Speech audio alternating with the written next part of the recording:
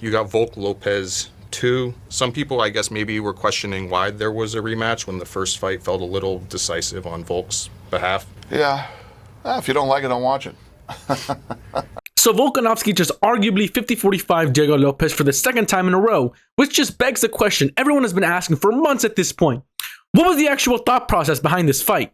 We all know what the real reason is, but before getting into all of that, let's talk about the recent card first, before I get deep into this tangent of mine. In all, UFC 325 was a fun card. While being a little understacked in my opinion, I had a fun time watching the fights, and the production in general did a much better job. The pacing was faster, they didn't show ads during the walkouts, or while the fighters were in their corners, and I really liked how they teased upcoming cards and fights. Also, the card ending almost an hour and a half shorter, right around midnight for me, when it's usually 1:30 a.m., is amazing. Unlike UFC 324, where they had 3 canceled fights, one of them being a 25-minute title fight, still ending at the same damn time. But honestly, if they keep the same way they just did it now, I wouldn't mind this being the format for the next 7 years. I'm glad Paramount actually listened to critiques from fans and improved the broadcast. Quillen Salkid went out there and absolutely destroyed another underpowered group of people in the form of a ginger. And after his current win streak and stylish finishes, he is most definitely getting a ranked opponent next, and I am excited to see what's in store for Quillen. Thaddeus Teixeira versus Tai Tuivasa was surprisingly the fight that had me hooting and hollering the most in this card. Don't get me wrong, it was an absolute horrible, low-level, heavyweight blob fight, but I was laughing my ass off and screaming for Tuivasa. Tuivasa had been on a 5-fight losing streak, now 6. I really did believe he had it in him to win this fight, as a crafty old veteran of the game, but for a fair bit, it looked like he had it. The haymakers, almost knocking out Teixeira multiple times, and the trudging around the octagon, along with Tuivasa stuffing a takedown by just sitting down, is the most Kung Fu Panda shit I'd ever seen. This fight should have gotten the Fight of the Night bonus. On to the featured fight of the night. Rufi TKOing Fiziev was definitely not on my mind going into this fight. I had Fiziev winning even if I did like Rufi more. I thought that in Rufi's last fight against Saint Denis, it really exposed his ground game, and Fiziev could capitalize on it. Not to mention Fiziev's Muay Thai background and absolute granite chin. None of that mattered though. The absolute torpedo of a jab Rufi threw cracked Fiziev and set up the finishing sequence where Rufi ended up TKOing him. Hey man, I still believe in the fighting nerds gimmick. I don't even care. On to the co-main, the Hooker versus Saint Denis fight was fun, but I'm still not convinced of Benoit Saint Denis and the hype he's generated. And I'm saying all of this as a fan of his. There has been this feeling I've had for quite a while regarding Saint Denis. He seems like a really great fighter, but there's just something about him that screams overrated. Sure, he had 2 stinkers against Poirier and Moicano, but now that he's on a 4-fight winning streak, I still feel like he isn't even that good. Don't get me wrong, I like him, he's fun to watch. There's definitely something to say about him being such a great striker when his main thing is wrestling. But something about his wins just feel off. After his 2 losses, the UFC fed him some absolute can, Kyle Prepelic, who hadn't fought in almost a year, and who was giving Saint Denis a tough fight for the first round. Then Saint Denis goes to fight Rufi, which is a fair win and has aged pretty well already with the knockout. Then he instantly knocked out Dariush at 324, which, to be fair, everyone has done, and there was obviously some hydration problems going into that fight for Dariush.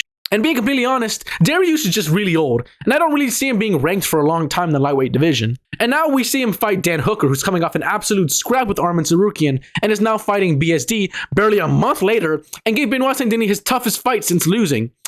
I don't know, maybe it's just me. I like the guy and he's fun to watch. I just have a bad feeling about him, and I don't think he's going to go far in terms of rankings anymore. And I worry for him against other newly ranked fighters like Fares Diem and Manuel Torres, but I guess we'll just have to wait and see.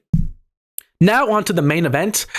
Volkanovski versus Diego wasn't the most entertaining fight, to be honest. Not a lot of big moments, apart from Diego flash knocking down Volkanovski, but this fight really was a shutout.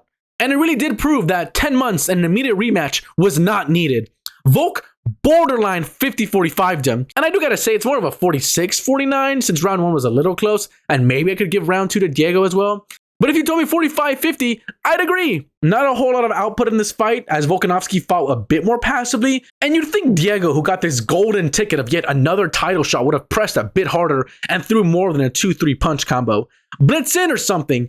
50 minutes of total cage time, and Volkanovski controlled almost all of it. This fight had no reason to be made. Volkan fans clamored for Movsar Evloev or Lerone Murphy. Movsar is on a 19-fight win streak. Murphy is on a 17-fight win streak. I'm glad they recently just announced Murphy versus Evloev. I think undefeated 19-0 and 17-0 is a banger matchup. Sure, on paper, Movsar is the #1 contender, but with this activity and constant pullouts, I swear to God, Most stars gotta have more fight pullouts than his own wife has had birthdays. But I'd go out on a limb and say Murphy is a more deserving, and I, along most of the community, really thought that he was next in line. With that disgusting knockout of Aaron Pico that went viral, which is usually the right thing to do as a top 5 contender. I really hope this doesn't lock Diego Lopez out of the title picture, but knowing the UFC, he probably won't. And I think that's great to see, as I do see Diego as a future champion and beating almost everyone else in the division, minus Volk and maybe Evloev.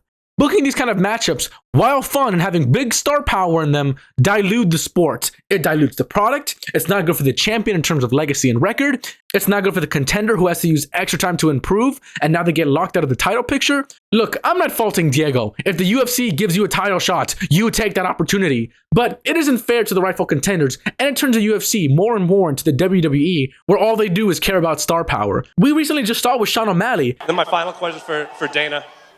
Dana, straight ahead. Like I said, Merab could have had his pick against any of these bantamweight contenders. So for you, why was this the fight that you felt should have been made?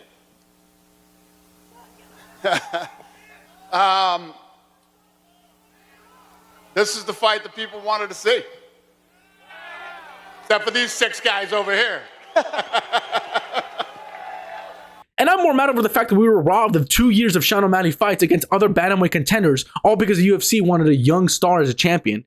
Same goes for Lopez. I would have loved to see him fight another contender, which could have been a title eliminator, and then he could have fought for the title, which I think most of the fan base would have been fine with at that point. Potential contenders have to fight each other and have the possibility to lose their momentum, all while someone who just got 50-45 in the last fight gets yet another chance. We did not need this fight. It was a worthless rematch with a worthless outcome. It did nothing for Volk's legacy, it did nothing but damage Diego's stock, and the only true loser is us, with wasting our time with a fight we had already seen with an outcome we've already seen. Hopefully, after the Evloev and Murphy fight, we get the rightful contender and the featherweight rankings go back to normal. But what do you guys think? What do you guys think of this matchup? And will Evloev pull out of his fight again? Let me know in the comments below, and I'll see you filthy casuals in the next one.